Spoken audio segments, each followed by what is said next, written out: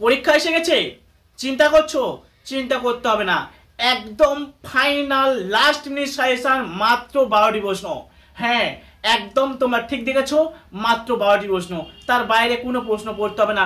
তোমরা যারা বর্ধমান ইউনিভার্সিটি অর্থাৎ বর্ধমান বিশ্ববিদ্যালয়ের অন্তর্গত বিভিন্ন কলেজে পড়ছো, বাংলা সাবজেক্ট অনার্স নিয়ে চিন্তা করছো আগামী পরীক্ষা, চিন্তা করতে হবে না, 12টি প্রশ্ন ভালো করে পড়তে হবে। প্রশ্নগুলি একটু লিখে নাও, ভালো করে প্রশ্নগুলি করতে হবে কিন্তু, ঠিক আছে? বর্ধমান ইউনিভার্সিটি অর্থাৎ বর্ধমান বিশ্ববিদ্যালয়ের second semester Bangla subject honours major 2 পেপারে ফাইনাল সাজেশন, প্রশ্নগুলি লিখে নাও 2025 জন্য।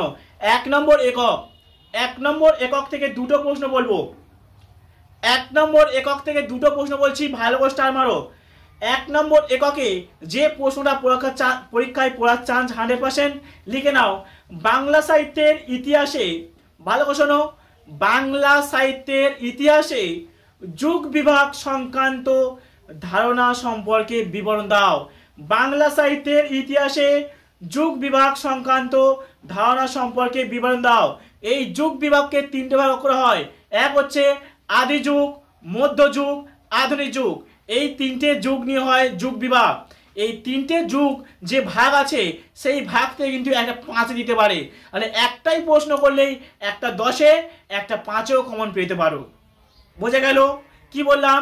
বাংলা সাহিত্যের ইতিহাসে যুগ বিভাগ সংক্রান্ত ধারণা দাও। এই যুগ বিভাগ 3টে যে ভাগ, আদি, মধ্য আর আধুনিক, এই 3টের মধ্যে একটা কিন্তু 5-এ উল্লেখ করতে পারে, ভালো করে পড়তে হবে। 2 দাগের প্রশ্ন লেখো, সান্ধ্য ভাষা। সান্ধ্য ভাষা কি? ভালো করে লেখো 2 দাগে, সান্ধ্য ভাষা কি? ঠিক আছে, চর্যা গীতিকে বা চর্যা পদকে, ঠিক আছে, সান্ধ্য ভাষা বলা হয় কেন তা আলোচনা করো। এটা কিন্তু এবছরে পরীক্ষায় পড়বেই বলতে পারো, একদম 100%। সান্ধ্য ভাষা বা সন্ধ্যা ভাষা বলা হয় কেন চর্যাপদকে বা চর্যা গীতিকে, এবছর পড়বেই। পরবর্তী প্রশ্ন এখান থেকে অতিরিক্ত অবশ্যই করবে, লিখে নাও ভগবতের অনুবাদ গ্রন্থের নাম উল্লেখ করো, কবিদের নাম উল্লেখ করো। ভগবত গীতার বা ভগবত অনুবাদকের গ্রন্থের যে নামগুলো উল্লেখ করতে হবে, যে সমস্ত কবি রয়েছে সেই কবিদেরগুলির নাম উল্লেখ করতে হবে, ঠিক আছে? তা অনুবাদক কর্মী যে কৃতিত্ব দেখিয়েছেন তা উল্লেখ করো।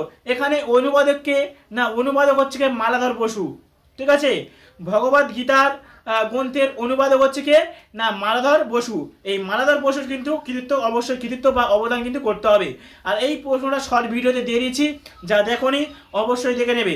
পরবর্তী প্রশ্ন লিখে নাও 4 দাগ, বাংলা ভাষায় মহাভারতের, ভালো শোনো, বাংলা ভাষায় মহাভারতের শ্রেষ্ঠ অনুবাদক কে, তার শ্রেষ্ঠত্ব কোথায়?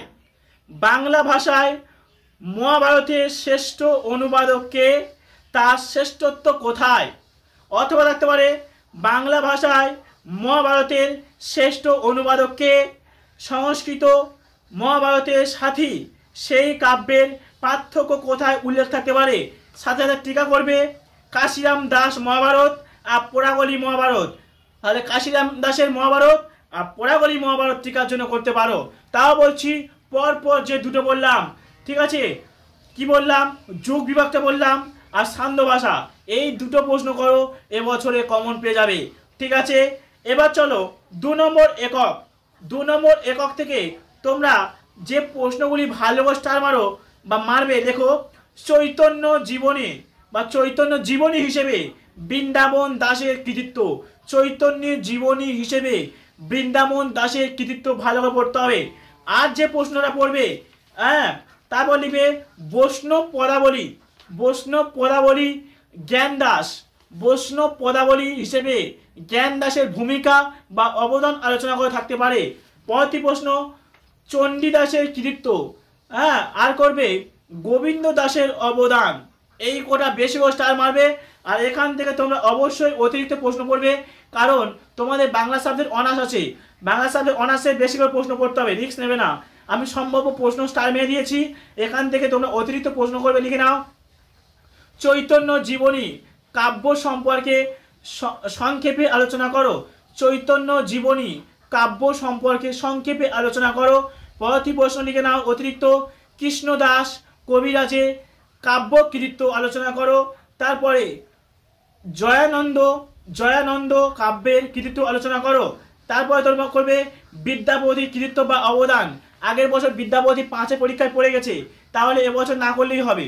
বিদ্যাপতি আগের বছর পরীক্ষায় পড়ে গেছে, তাহলে এবছর না করলেই চলবে। ঠিক আছে, তারপর করছো লোচন দাস, লোচন দাসের কৃতিত্ব। ঠিক আছে, লোচন দাসের কৃতিত্ব অবশ্যই করতে পারো। তারপর হচ্ছে বলরাম দাস, বলরাম দাসের অবদান বা কৃতিত্ব, এগুলো করতে পারো অতিরিক্তভাবে। করতে পারো নয়, অবশ্যই করতে হবে। ঠিক আছে, তারপর চলো 3 নম্বর একক। 3 নম্বর একক থেকে আমি তোমাদের 3টে প্রশ্ন দেবো। এখানে 3টে প্রশ্ন দিলে তো হবে কটা? 11টা হবে। তাহলে লিখে নাও মনসা মঙ্গল, মনসা মঙ্গল, ভালো স্টার মারো। মনসা মঙ্গল প্রশ্নটা কেমন থাকবে লিখে নাও। মনসা মঙ্গল কাব্য কাকে বলে? বাংলা সাহিত্যের মনসা মঙ্গল কাব্য ধারায় মনসা মঙ্গল কাব্যের বৈশিষ্ট্য নির্দেশ করো। তাহলে মনসা মঙ্গল কাব্যের সংজ্ঞা বা কাকে বলে, সাথে বৈশিষ্ট্য আলোচনা করো। তাহলে মনসা মঙ্গল কিন্তু অবশ্যই করতে হবে। আর করবে চণ্ডী মঙ্গল, এটাও সে একই সংজ্ঞা বৈশিষ্ট্য। তাহলে মনসা মঙ্গল কাব্যে মনসা মঙ্গল করছো, চণ্ডী মঙ্গল আর ধর্মমঙ্গল। ঠিক আছে, পারলে তোমরা অবশ্যই করবে অন্নদা মঙ্গল আর ভারতচন্দ্রের যুগ বিভাগ কবি বলা হয় কেন, এটা কিন্তু অবশ্যই করতে পারো। আর এবার দেখো এর মধ্যে যেগুলো রয়েছে, যে মঙ্গল কাব্যের মধ্যে যেগুলো রয়েছে দেখো, কেতকা দাস, নারায়ণ দেব, বিজয় গুপ্ত,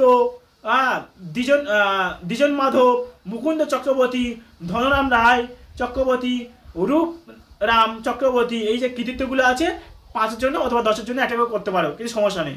ঠিক আছে, এবার যাব 4 নম্বর একক। 4 নম্বর একক থেকে 2টো প্রশ্ন স্টার মারতে বলবো।